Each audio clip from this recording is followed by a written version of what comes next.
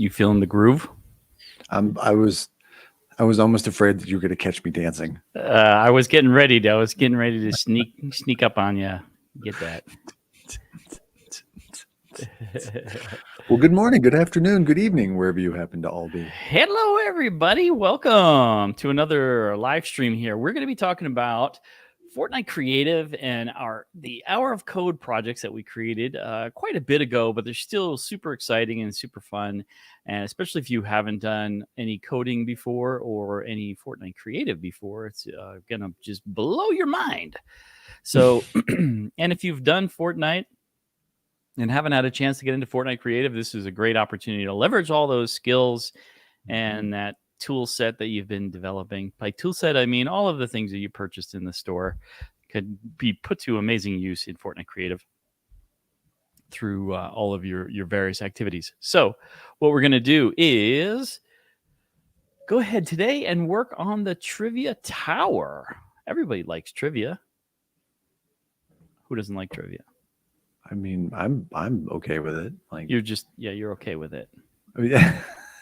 That's fine. For me, it's always like the getting it to work thing that's always more interesting. Like I'll let somebody else come up with the trivia, and I just want to make sure that things are like connected and working. So that's the exciting part for me. It's funny. That's like the yeah, exactly. Because you're like, okay, good, I got this. Now I have to write all these questions. So there's definitely a part of this activity is thinking of what is the inspiration for your trivia and what are your correct answers, and also the wrong answers, right? Because that's the other thing. You're like, oh, now I got to write 3 wrong answers, and I got to write 1 correct answer. Check C every time. You get like 70%. Right? Yeah, there you go. In those times of desperation. All right, cool. So what we're going to do is we're going to first get started with the lesson plan. So there's a link in, let's go ahead and throw our basic link out here that has all of our hours of code from the website up on there. So that could link you to all 5 hours of code, and we're going to be going in through the trivia tower. So when I click on that link, which I will bring up here, you could see we've got this awesome little detail. Like if you click on the lesson plans link here, this takes you back. We're on the linked to the Unreal Engine page now. So that's Epic's hosted website with all the lesson plans. So you can check out all the different cool activities. And now, then, before you go anywhere, you got to share your screen, bro. Oops.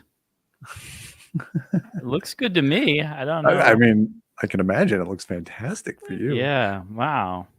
Man. Okay. Wait for it. Wait for it. I'll share my screen. Wha-bam. There we go. Oh, it's so pretty. Wow. Yeah, that's great. Thanks for those details. it's the little things. I wonder how long we could have gone. And thank you guys. If you have any questions, let me know. Like, when are we going to start? Oops. Yeah. Okay. Well, am I muted? No. Okay. Well, no, that part's good. Still have one more thing, at least one more thing that could go wrong here. But we'll see. Maybe we can top that out. All right. Cool. So this is the Epic Games website, that has all the different activities. You can see we have our lesson plan, and this is what the teachers will use to kind of understand what they're teaching. And this is kind of like the homework that they would need to provide to their bosses and the people that they have to answer to, as far as what is the purpose of this, how does it work, and how are we going to make the students learn something. So we're talking about functions today.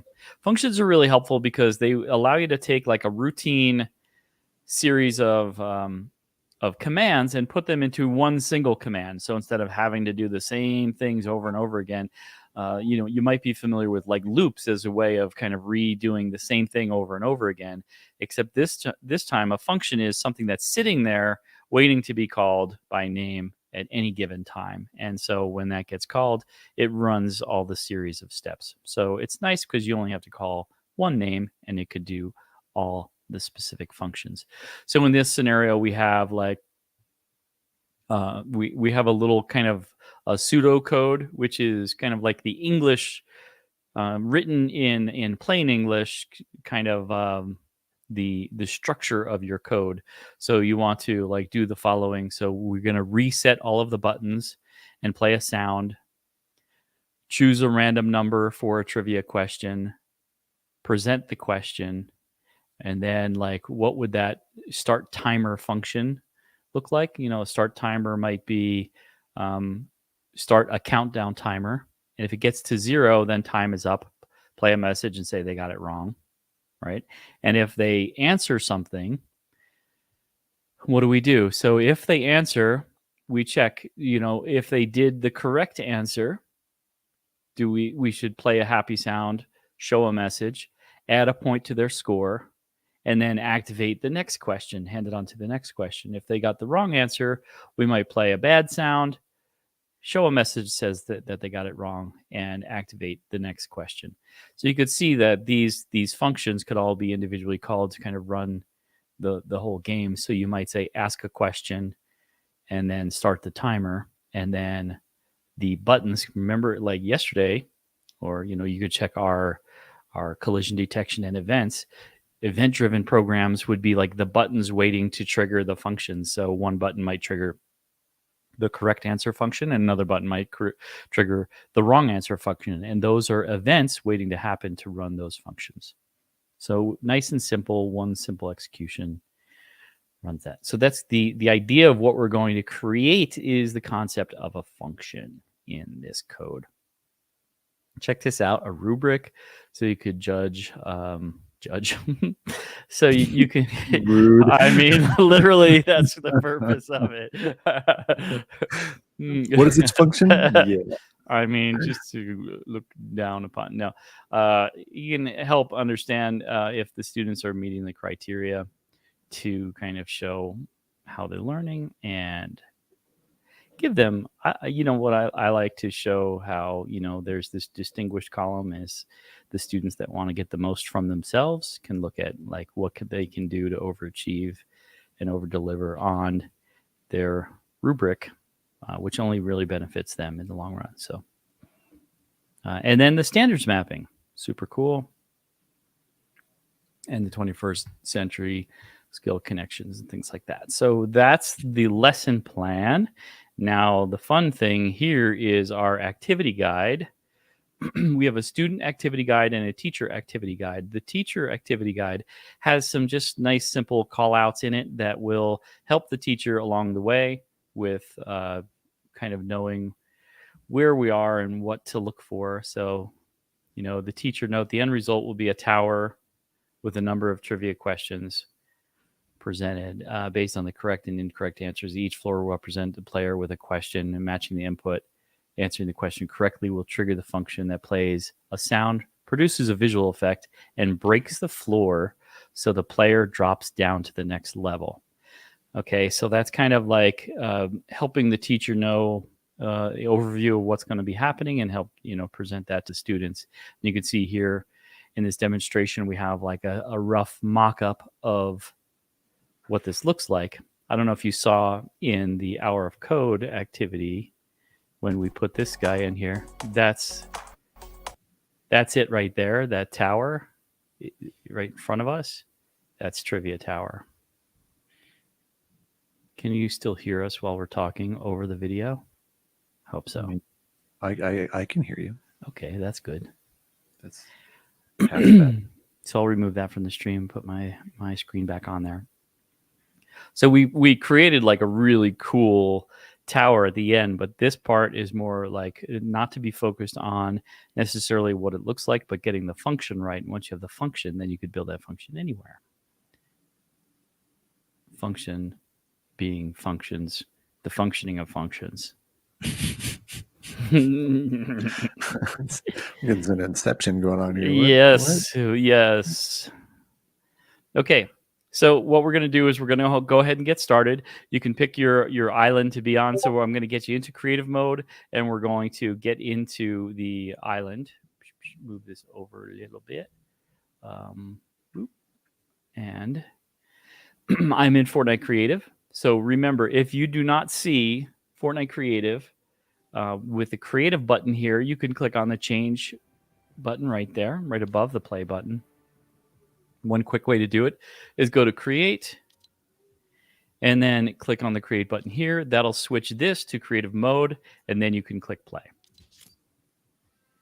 So while this is loading, I have a question. Yes, Because sir. I was messing with some stuff last night, some coding, and I could get something to work if I created a macro out of it, but the function wouldn't work.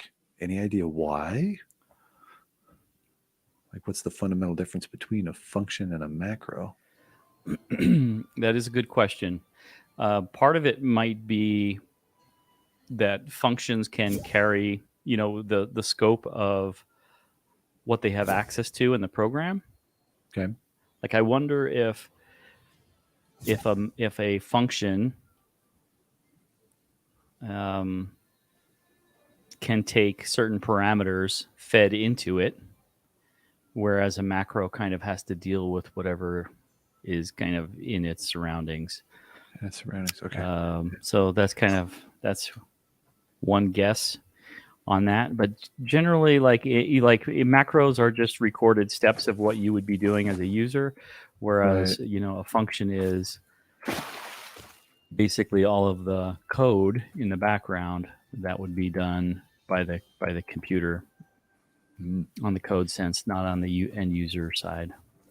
Yeah. Okay. Cool. Yeah, I'll go through and do a little bit more testing to see if I can get it to do what I want it to do. But yeah, that was vexing me. I'm like, wait a minute. Times, yeah, and like a function will, in a lot of cases, like when you call a function, if it's like a math function that says like add two numbers, so it needs two numbers, and it's going to return the answer back to you as part of that. Whereas like a macro might just kind of need you to have like three slots. Like, I'm going to look in slot 1 for number 1. I'm going to look in slot 2 for number 2. And I'm going to put the answer in slot 3 so you can go find it yourself.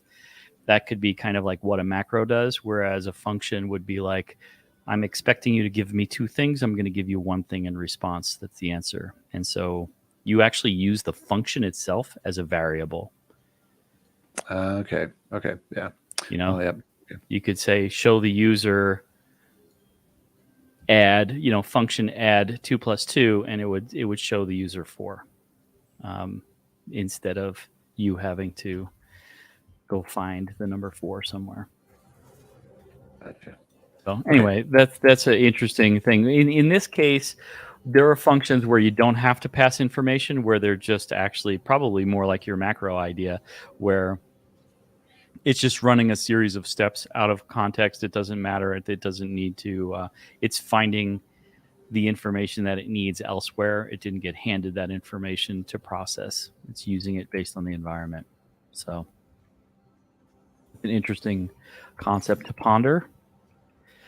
So what I'm going to do is I walk over to my golden rift here. This, first of all, we always point out this hub is created by the community. This could be your hub someday. If you're a creative person and you're motivated and inspired, you can learn how to use Fortnite Creative and build this hub and get featured and be able to put your name in there and credit your friends and build your future into something fun and exciting in the creative game space.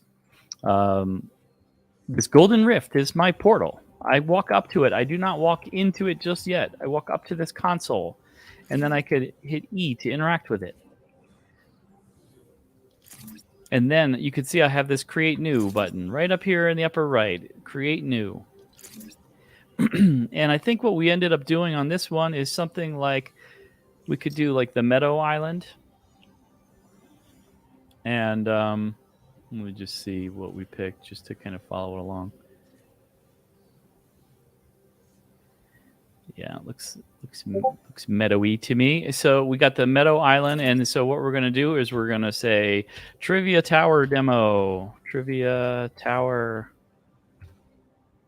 Demo. You can call yours Trivia Tower Hour of Code or your name Trivia Tower, whatever you want. It's your world, or your island, I should say. Island's waiting.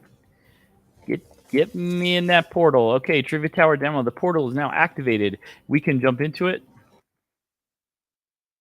And we fall out of the sky into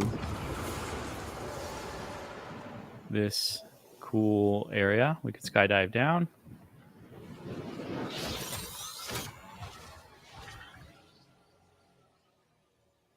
And we're on the ground. And if you party with a friend, you can have them join you. And what's the first thing we do when a friend joins us? We can go to our inventory and go to My Island and then Permissions. And then make sure your friend has edit and copy permissions. If you want them to edit and copy your world, if you want them to just view without being able to make any changes, then you could just keep it on play. So Gatlin is a friend and he has edit and copy permissions. So we're okay there. So now what I want to go over is some of the basic building parameters that we're going to cover. So you can see kind of like quickly how things are built. I'm not going to spend too much time on this, but what we always point out is the hotkeys mapped to all of your functions. So on my screen, you could see on the left-hand side, I have space in a little box linked to fly, which is double tap of spacebar. And also for me, I have mapped V to my inventory. You might have tab as your inventory, and you'll know that by looking next to that inventory word down there. We'll show you what key will map to that for you. Okay, and then we have on the lower right, we'll have the different types of builds that we can do. You can see Z is for a wall, X is for a floor, C is for stairs. And then we have nothing attached to our roof piece at this point. And then for me, Y is the trap item. So what I'm going to do is press Z to place a wall. And you can see here my default material is wood. If I press right click, you can see it cycles to the next material, and that's shown up right here on the wall. So it says material, and then it shows the right mouse button. And then the left mouse button is to build. So I can left mouse button to build, go here, change material with a right mouse and a left mouse to place it. In my case, I'm using F to switch back to my pickaxe to get out of the map editing feature. Okay, so we're going to use this capability to build our initial first tower, and we'll also use it to kind of set where our functions are as well. So what I'm going to do now is kind of build a wooden tower.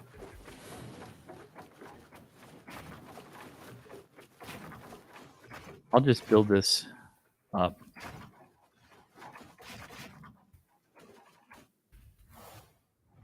So I just built myself a nice tall tower, probably too tall for what we need, but it will serve the purpose.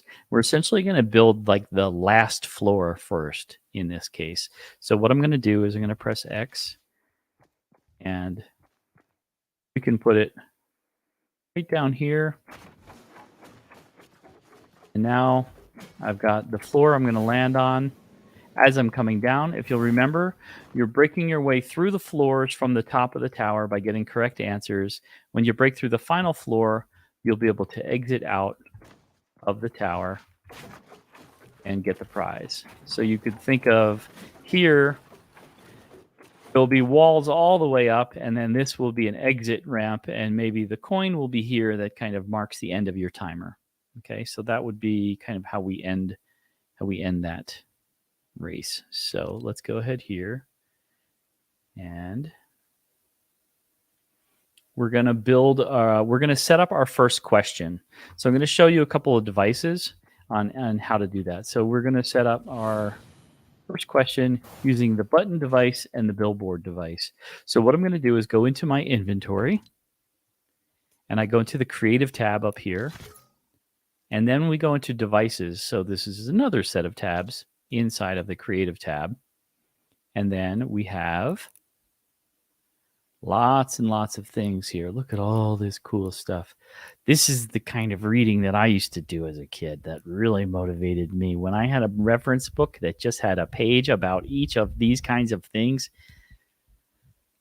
I really enjoyed reading then. I had a harder time reading other stuff that took longer. Maybe too much information. You know, Gallon doesn't say anything because he's muted, so that's good. I'm holding my tongue. Yes, smart. Like, stop, must mute, not say it's a trap. If you don't have anything nice to say, mute yourself. Well, that concludes our stream for the. All right. So I found the button. And now I was just kind of scrolling around haphazardly while we were talking. You could also use the search tool, which is very nice. You could type BUTTON and you could see there's two different types of buttons there. And you could also type BILL to get the billboard. That's kind of nice. I'm clicking on it to select it. And instead of place now, I'm going to equip it so that I kind of have it with me on my person, and I could use it multiple times in that case. So now I have this button and the billboard, and we're going to use this combination of things to basically build our display of the questions and the answers and the interactions. So let's go ahead and do that. So we're going to start by selecting the billboard. Oh man, I just messed up. Sorry. What I did was I held 2 down to a little too long, and it reset my slot 2 to what I was looking at, which was that wall. So that's why I have a wall in slot 2. So if you do that, you could just go back into your inventory. And what I did there was instead of pressing equip again, I pressed 2 while that was selected, and it replaced slot 2 with that item. Pretty cool. Now we're going to go back, and I'm going to click on 2 with a quick tap there. And you can see we don't really see our item here. Now there is a letter C and F, which is push and pull. So let's just do a quick little, bring it closer. I'm pressing C a bunch of times. I don't see it in sight, but I'm going to go ahead and click. And there it is. You can see the billboard outline is there. And it's invisible. So let's go up to it. I'm going to click with my phone device. You can see now I could totally see it. So I can cut it so that I can pick it up, and then I could paste it. So you could see on the left-hand side of our screen, cut is a right-clicked. So I'm going to right-click, and I'm going to use the rotate. So on my left-hand side, you could see next to tab, rotation axis is yaw. That's that vertical axis. So it's going to spin around and stay flat, which is what we want. And I could rotate it clockwise or counterclockwise. So let me start hitting R. And let's see what that looks like. Okay, that's looking a little better. The problem I'm having right now is that I have no text in it and the background is not visible. I have it set for transparency, which we will need. And you can see that that makes it a little harder to work with. So watch what I can do to change that. So I'm going to go ahead and press E to edit it. And one of the things we can do here is change. You can see the background color is set to clear. We could change that. Change that to black. And now if I pick this up, let's see. There it is. So it has 2 sides. One side is the side where you can see the text and one side where you can't. So if you post a billboard and you can't see the text, kind of go to the other side of it and look for the text there. Okay. So now I can pick it up and put it up on the wall. And that's going to be my question. Okay. So that's where our question is going to go. And now let's place our, we can start placing our answers as well. I'm going to press, I have my phone equipped. So your phone might be the escape key, like right below the escape key, the little tilde, the little back tick. And what I ended up doing for mine, which you may want to do, is reassign that to something else. I reassigned mine to my scroll wheel click. So my scroll wheel clicks. So when I press that, it toggles my phone and my pickaxe. So it's nice and convenient. So think about that as you're working. If something feels uncomfortable and you have a better idea for it, just know that you can go and change your key mappings, and that's you can find in your settings. So if you hit escape and go to settings, you can see your key mappings in this keyboard of binding settings and change them there. So now that we have the question, we can go, since we already talked about math. What is 2 plus 2? And we can make that font real big as well. The text size we can make extra large. Asking the tough questions. Okay, so what we're going to do now is get our phone and get some buttons placed. So you can see here I have this button. It looks like it's facing the other way. So it kind of like, one of the things you can consider is kind of like which way you're facing, because all of the objects will come in facing a specific way. So all of our buttons and billboards and everything are going to come in backwards. So we'll have to get used to rotating based on the way we place this. So I'm going to use my rotation that I used last time, so that I can see. You can see from the side view, you can kind of see the texture of the button. The button is on the right hand side of my screen, and I'm going to rotate that a little bit more, and then I can press C just to make sure I brought it close enough. There it is, right in front of my face. So let's go ahead and move that.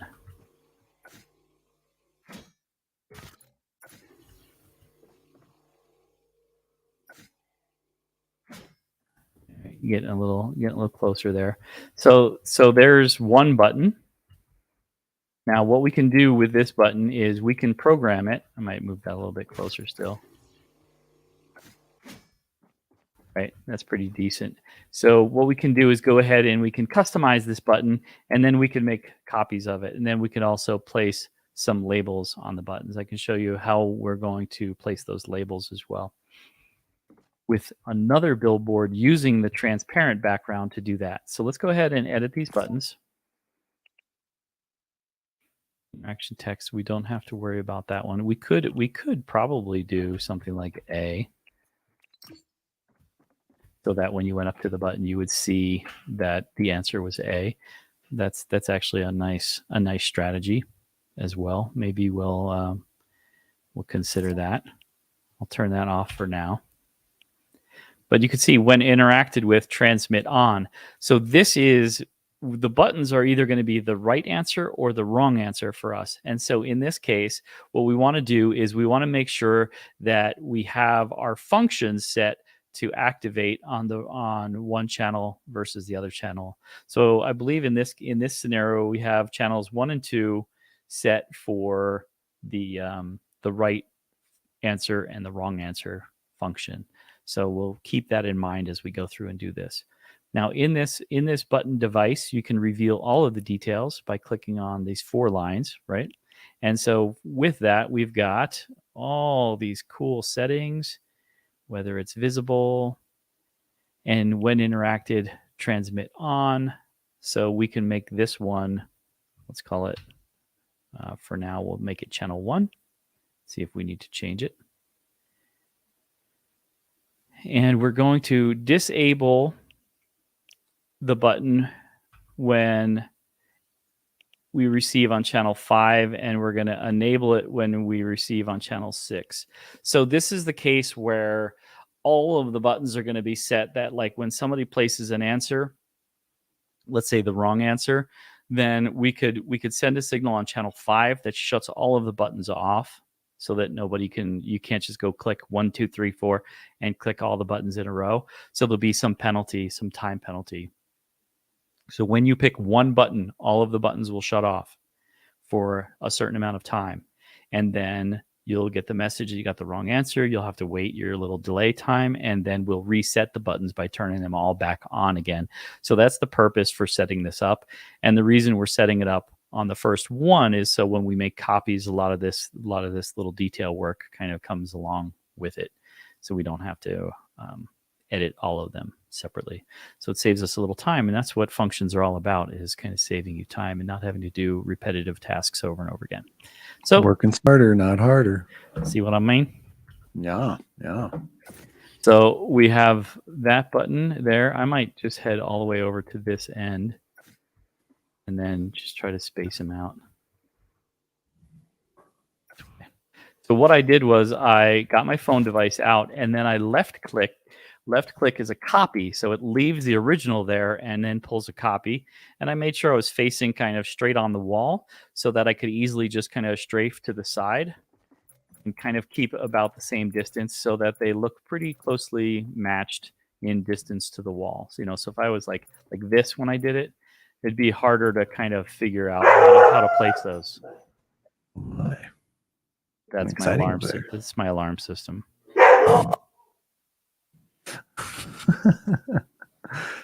Good. Everything good? Still working. Yeah. It's not the smart one. We couldn't pay for the upgrade, so we got the golden retriever version.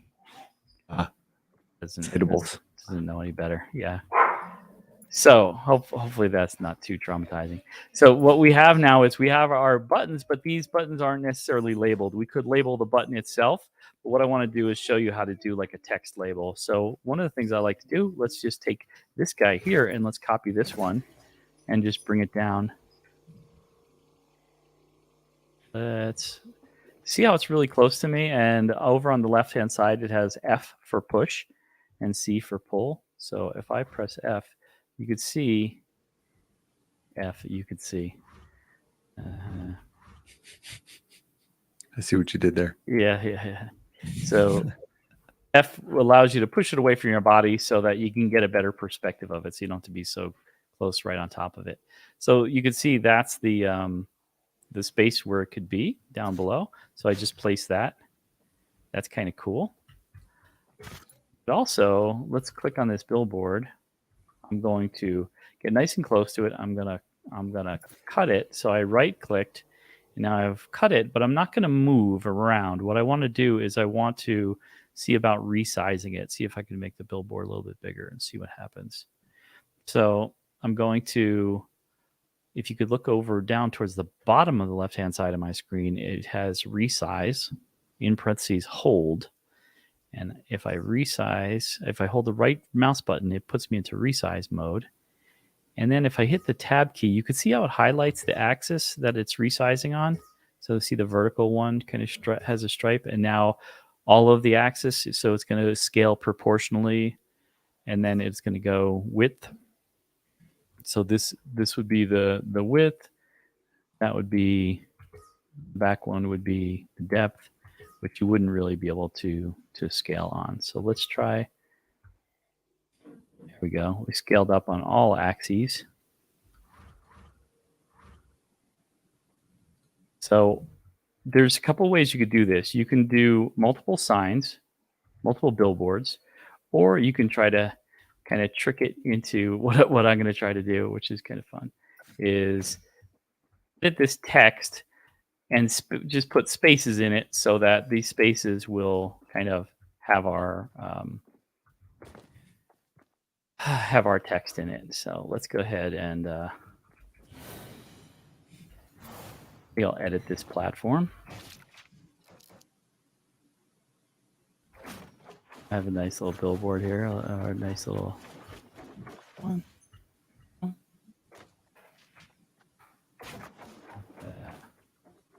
There we go, customize billboard. And so now let's just try this real quick. So we have, I'm going to change the font size to large, and I'm going to go like space A, spaces B, bunch of spaces C, bunch of spaces D, and just see what does that look like. Woo! Wow. Don't expect to be that lucky. That was actually really, really nice. So it takes a little trial and error, and trial and error is okay. Do 2 spaces there. Nice. And so what we could do at this point is I could take this and kind of bump it up even a little further. Uh-oh.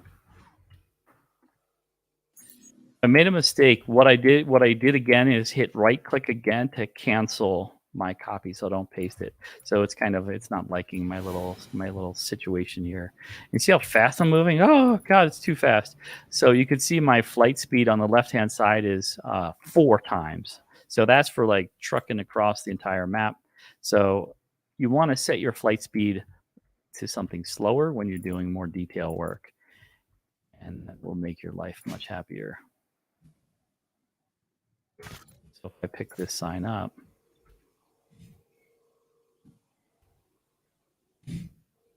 that's terrible. Oh, I'm going to leave it. I'm too close to other things to mess with it. So what I'm going to do is go in here. I'm going to change the font color. What do we have with the font color? Let's make it like a bright green. Text color, a light green. And I'm going to take the border and make it clear. So the background color will be clear. Right? And so now we have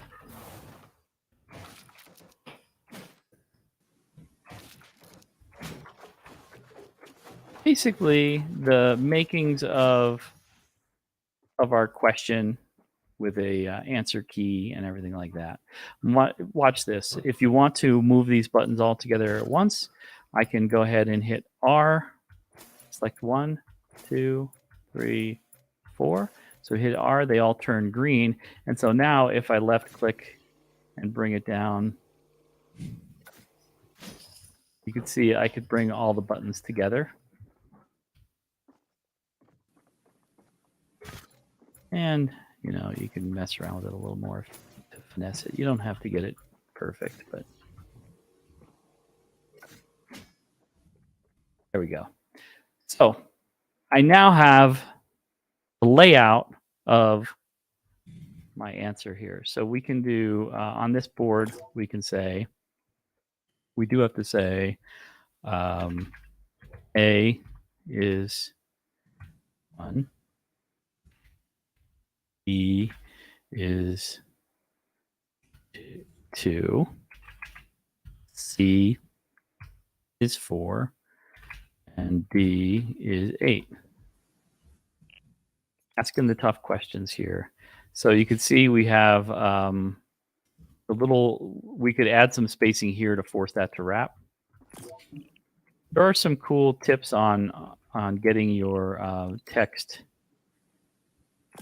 to have some cool font changes and things like that.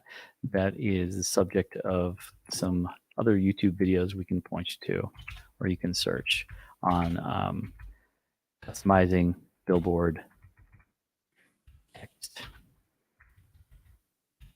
There's some good ones out there. So I'm just changing the layout of this. Simple. Make sure people can see what's going on here. Say okay. Okay, so A is 1, B is 2, C is 4, and D is 8.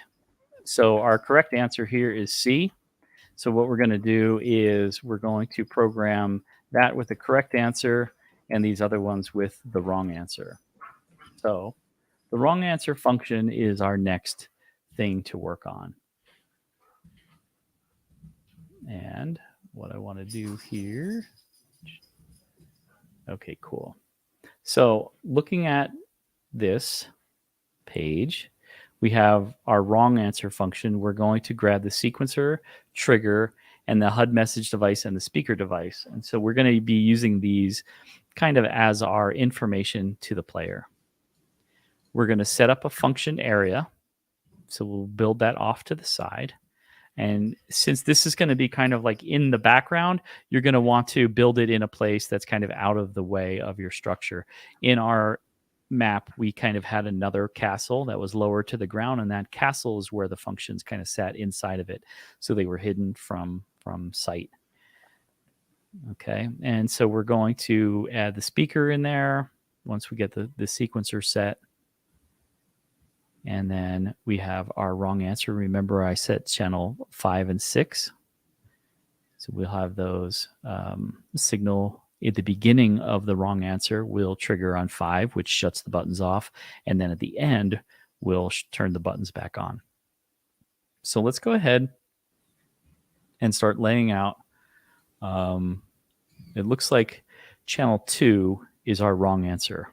So channel 2 is what we want to be our wrong answer. So in that case, what we'll do, just making sure we have that correct, we can go in here and I can, first of all, go into my island settings. If I want it to be daytime all the time, I can go into my island and then settings and then make it 11 a.m. Let there be light. Yay! And so now we don't have the day-night cycle to contend with. So if you would like to have light while you're building, you could do that. There's also a sky dome, a device like a sky dome device that you can use that will override that as well. But setting it for your entire island is fine. Fine way to do it. So we'll set all of our wrong answers to send a signal on channel 2, so we know that wrong answers at least will activate. And so the correct answer is C, like Ian said. When in doubt, let's see. Tried to make you a winner on that one. So we have channel 2, because like 2 plus 2 is really going to throw you for a whirl there. I mean, if it was a spelling, if we're playing Wordle, it's all over. That's right. You have to answer as a word. No, 4. Like there's so many ways to spell 4. Like no. And 2 for that matter. That's right. Okay, cool. So now we have this button set to 1. So C is set to 1, and A, B, and D are set to 2. Okay. There we go. And now, like I said, we're going to kind of build something off to the side here. This down, and I'm going to get my sequencer first. We'll place that first. Remember, if you have any kind of search in there, it will filter all of your results by that. So make sure we clear that, and when you were searching for something else. So SE got me to sequencer. I equipped it. And now I go back, and you can see in my phone device, there is no sequencer. That's because that got equipped as a trap. And trap devices are kind of like build pieces. And so you could see on my lower right-hand side of my screen, you can see there's a Y and then a 5 with a little blue square. That's our sequencer. So if I press Y, I get our sequencer. And you can see how that ended up placing was like right through our tower. And I could change that rotation. It needs to rotate 1 to the left. So let's look at the way that the zone direction is facing, and let's see if left is a better change for us. There we go. So you can see you could change that zone direction, and that's a nice change for us. Let's put the X, let's put the build X. We'll build another floor piece over here, and I'll just create a kind of a floor path for us.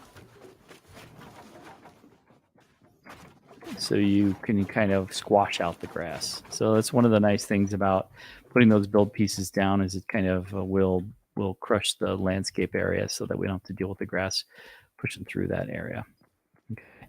And let's place, just so we have them, we'll place another sequencer, and I will place it left. And so we're good to go there. Cool. So we have on our sequencer, we have it set to 5. I'm checking the length just to see if we customize the distance of the sequencer. You can see our little sequencer volume. No, looks like it's pretty, place it on the ground. Okay, so the documentation says that the default of 4 tiles is fine for our purposes. So that's good. So now what we can do to make life easier for us, remember we have our phone device. We can get our billboard. We can place a billboard here. You can see that it's invisible.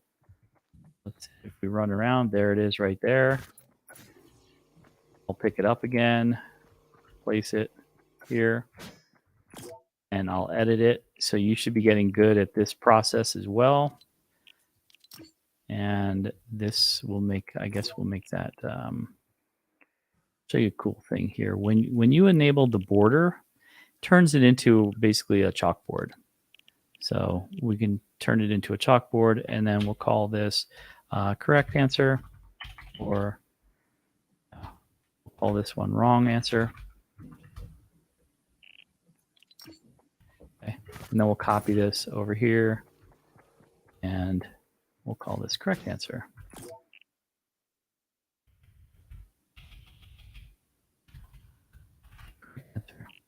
So documenting your code is a strategy that you'll use in any kind of coding that you do. So this helps you keep what you're doing organized, and it also makes it easier for other people to understand what you're doing with your code. So we have that going on for us. And so what I'm going to do now is I'm going to grab the trigger, and we're going to place the trigger device. Let's see. We'll see. It wants the speaker first. So we want to do the according to this. If we're following along with this, we'll do the speaker first, and then we'll do the HUD message device, and then we'll do the triggers, and then we'll call the function. We'll set it to actually call the function. Okay. So what I'm going to do is go get those devices. So we wanted to get the speaker. There it is. Equip that. We have our HUD message device. I'm going to get that. There it is. And then we have the trigger. Yeah, you type too fast. It just wants to go right back. Okay, so we have the trigger. And I'm going to equip that. So first thing we can do is get our speaker out and hit 3 to place that. Speaker's cool. Smack it, and it plays the sound that it's programmed to play. So you can come in here and change its sound. Let's call it a failure sound. There you go. And let's see. We have all the settings enabled on that one. Activate on hit. Activate when receiving from channel, can be heard by everyone.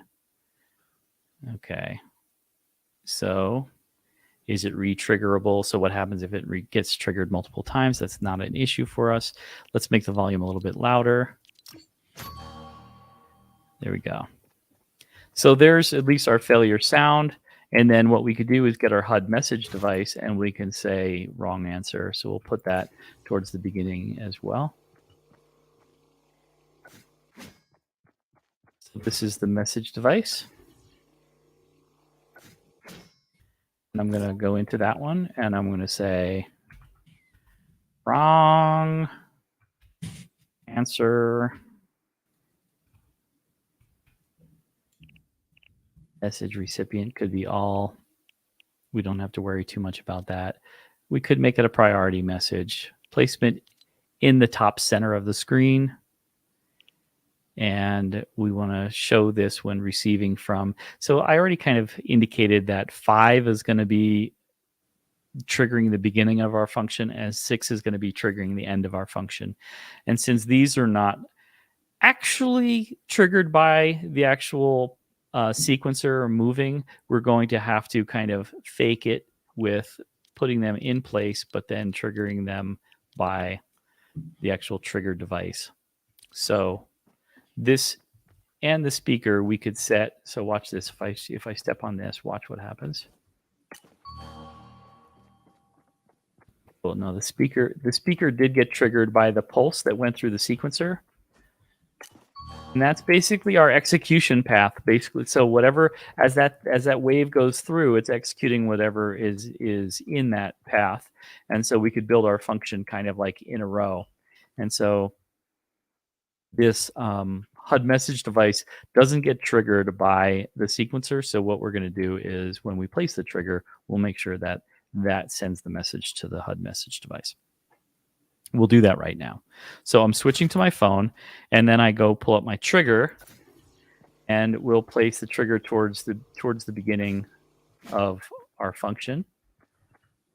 And then this one, if you remember, this is going to send a signal. So make sure it's triggered by sequencers. So it can be triggered by sequencers. And we will, when triggered on, when triggered, transmit on, and we'll make that channel 5. Copy this trigger and put it here. And we'll trigger on channel 6 when it's done. So now we'll have this execution path where it will set this, it will hit this trigger. This trigger is going to make the HUD message device go. So we can actually, like, to build it in logical order, we can kind of put these together. That. And so the HUD message device will go, then the sound will play, and then eventually it'll go back to number 6. And HUD message device did not play. So we'll just make sure. Show when receiving from yes. That was good. Time from round start. Let's turn that off. Message recipient all. See how that plays out in the game when we actually type the wrong answer. So now we have our buttons 5 and 6. Now remember, wrong answer was number 2. So we want the sequencer to run, which is our function. We want this to run when we have pressed the wrong answer. So start sequence when receiving from channel 2. So let's go ahead and test this out. Okay, and so I'm going to go into, I'm going to show you a little trick. We do kind of cover this in the beginning of the documentation, but I'll save this one for now, which is a player spawn pad. Do you have a spawn pad over where you're at, Gatlin? Yes. So we might contend with that, but that's okay. That's okay. So we have our player spawner. That's not a player spawner. What am I missing? Let's go to player. There we go. Player spawn pad. If I just say place now, would be one possibility for it to place me here. Maybe I'll do this to improve my odds. So let's go ahead, my island, and then start game. And see what we have. Well, hello there. Well, hello. So you could see our function chilling out over there. And then if I interact with the wrong answer here, there you go. It says wrong answer, and it played the sound.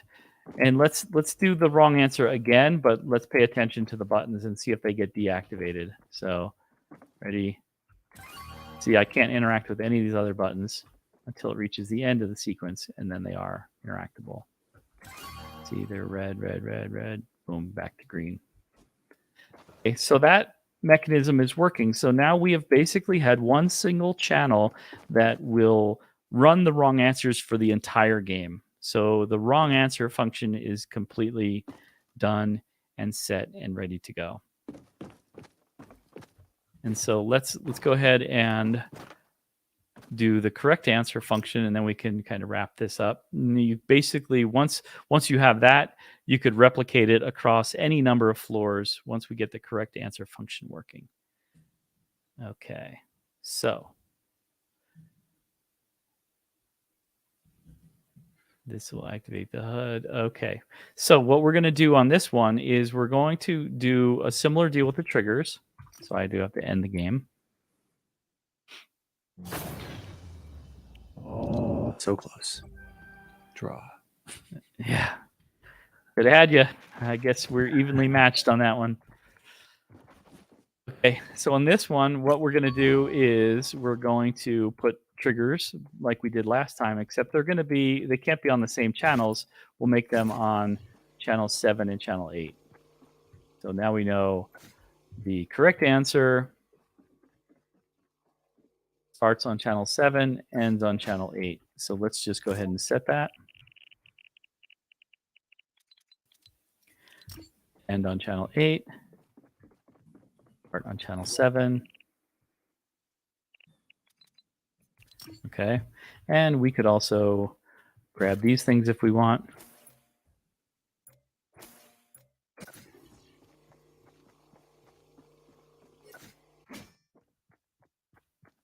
And we've got our HUD message device on 7. So let's go ahead. When that hits channel 7, it'll play that. And this guy, we will make this one a nice happy sound. So let's go ahead and see what we have set for that. Oh, got to go to the correct answer function, 7 and 8. Okay. Nice. Play a positive sound. Ah. All right, so let's go in here and then let's play something nice. Accent 2, what's that? Ooh, a little too dramatic. A little too dramatic. Magic. All right, so we'll play that one while we advance to the next level. This message is going to be correct. Correct. And triggered on 7. So when this function runs, it's going to hit this trigger. Let's move this trigger just a scooch. There we go.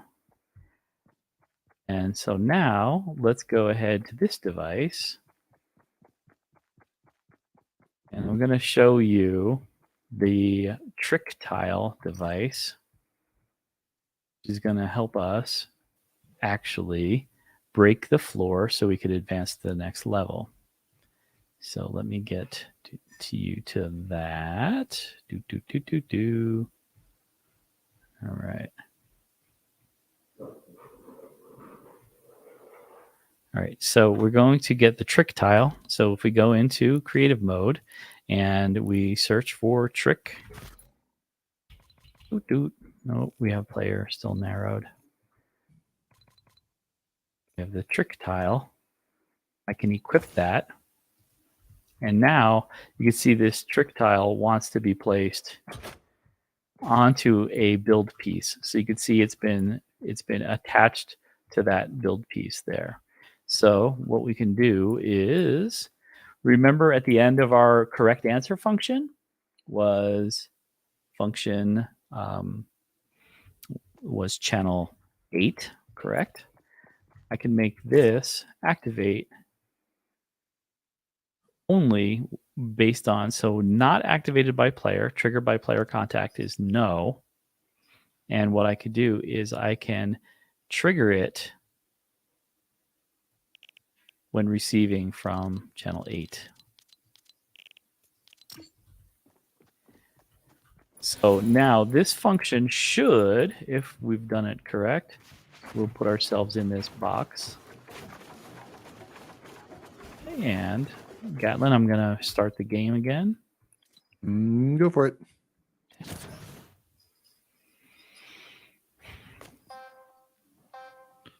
What I don't remember is if I actually set that sequencer properly, but let's see. So if we say wrong answer, so wrong answer, we can't enter anything. And then when we say correct answer, yeah, I messed that up. Forgot to program that button. Oh, sadness. Sadness. Sometimes these things happen. So this button, let's make sure that it's set. When interacting with transmit on channel 1. And then we're flying nice and slow because we set it that way. And this one, sequencer, start on channel 1. Okay.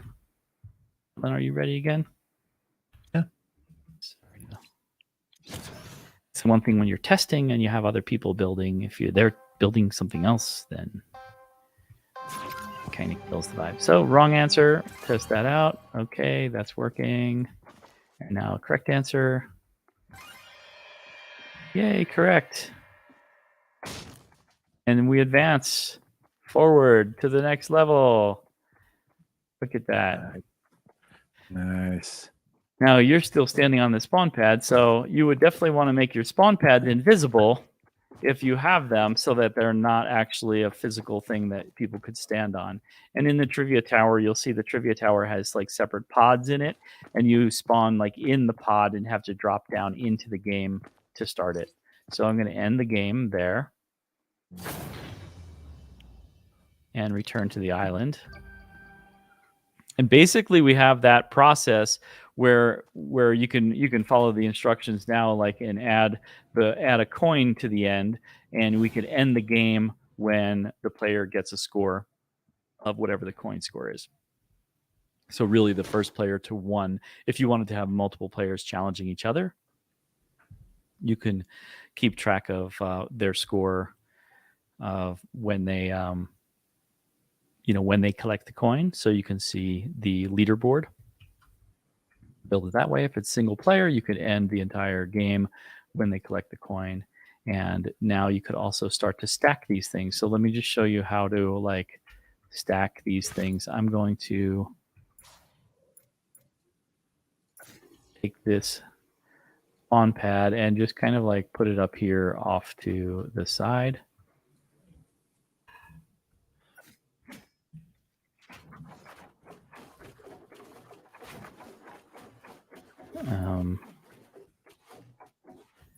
Yeah, let me do a little bit more of that.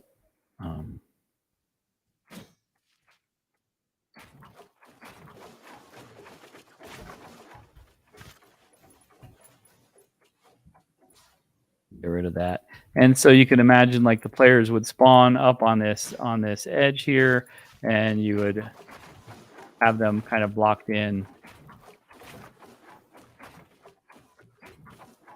like that, right? And they would have to, if they want to play, they would have to basically go into the tunnel. And we would stack these vertically, one after another, with all of the parts. The only consideration there is that each floor, we don't want all of the floors to break when they receive the signal from channel 8. And so what we would do is basically start with all of these trick tiles deactivated at the very start, except for the highest one. And that highest one will stay activated.